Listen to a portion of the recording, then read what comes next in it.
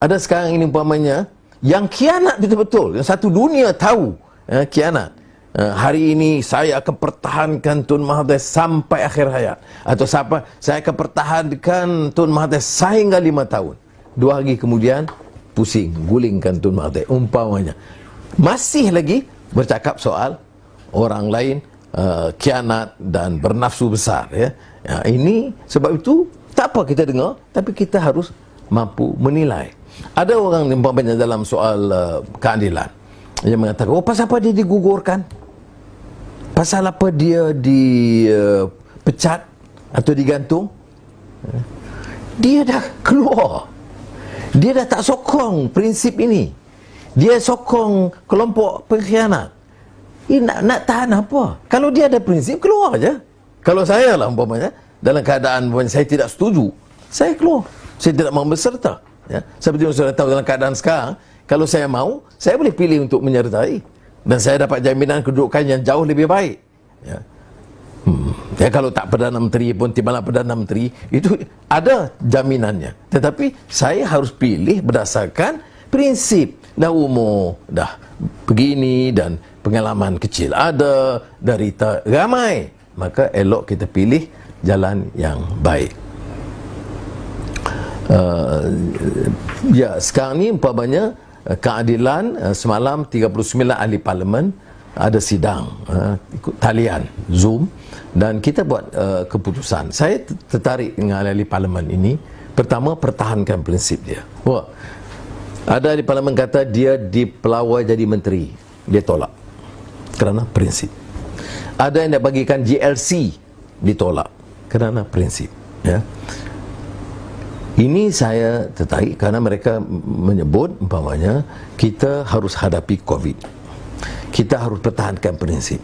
Parti ini parti yang menggagaskan reform, ya. Jadi oleh demikian, bukan soal pengakuan 129 ahli parlimen 130. Ini bagi kita tidak kita bincang kerana hal-hal ini masih dalam proses, ya. Belum muktamad. Kita sedang bincang dengan baik. Yang penting dalam perbincangan itu bukan soal nombor, bukan soal kuasa, ya. Kita dah banyak kali dah berkuasa. Pergi balik jahanam juga rakyat, kepentingan rakyat. Jadi yang penting ialah mengikat kita dengan agenda ke arah kebaikan. Kalau pegang ekonomi, apakah kita nak perkayakan anak kita, atau perkayakan kroni kita, ataupun nak teruskan dasar yang lama, atau bawa satu pendekatan yang baru. Dalam soal politik, apakah nak gunakan institusi untuk menekan musuh politik kita, atau nak jaga supaya institusi itu lebih bersih. Soal agama, apakah kita hanya nak bicara laung soal agama, tapi membiarkan rasuah ribuan juta orang boleh curi, tapi kita jago agama. Jadi apakah, ataupun nak gunakan faham Islam itu cuma memperbaiki akhlak dan akal budi, menolak kezaliman, rasuah dan penindasan, dan mengambil langkah-langkah yang lebih baik untuk meninggikan syiar Islam dan memartabatkan Islam dengan menekankan soal kemanusiaan dan keadilan. Jadi bagi saya ini yang penting. Jadi soal umpamanya orang nak tanya saya siapa calon Perdana Menteri apa semua, itu biar kita bincang dengan baik, ya, kita putuskan. Tapi yang penting bukan mengulangi kesilapan yang lama, tetapi supaya dapat kita pegang orang yang patuh kepada janji, jangan khianati amanah, yang bersih dan tidak menerima rasuah, dan dapat mengangkat martabat masyarakat rakyat. Ini yang disebut dalam agenda reformasi, dan saya terharu kerana muafakat 39 ahli parlimen itu, dia bicara yang pertama soal prinsip dulu. Dan kita baik, kita nak tukar kerajaan dan sebagainya, jaga prinsip. Apakah nak tukar ini, nak merebut menteri mana, atau nak rebut GLC mana, atau nak pertahankan dasar politik, ekonomi, sosial yang disebut sebagai kepedulian terhadap rakyat. Saudara-saudari, ini satu cabaran yang besar. Dalam mana-mana sistem politik saya sebut, akhirnya dia jadi percaturan, persaingan, competing forces among the ruling clique atau elite. Ini yang disebut, dia rebut. Kalau kita baca karya Shakespeare, King Lear, bila babak akhir yang sangat memilukan, King Lear berbicara dengan Cordelia, anak perempuannya itu dia lihat umpamanya King Lear ni satu pemimpin yang zalim, tapi saat akhir itu dia baru ada agak sedar, tengok sandiwara, pentas drama yang dimainkan oleh tokoh-tokoh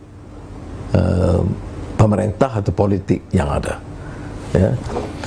Jadi saya harap mudah-mudahan kita dapat kembali kepada landasan perjuangan.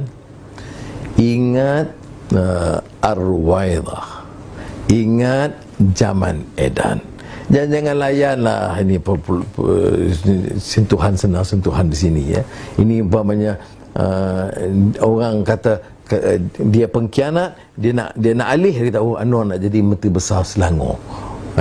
Saya dah jumpa Saudara Amir dan beritahu pimpinan, kita beri sepenuh kerjasama dan sokongan kepada beliau sebagai Menteri Besar untuk menjalankan tugas, menghentikan segala kecelaruan dan penyalahgunaan kuasa dan pembolotan harta yang pernah berlaku dulu.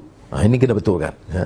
Dan oleh demikian, sebab saya kata nak faham Ar-Ruwaidah, nak faham zaman edan, Jawa ni zaman, ya, zaman edan, kita harus kembali kepada landasan dan memahami fakta dan menambahkan ilmu kita. Semoga Allah SWT memberikan taufik dan hidayah.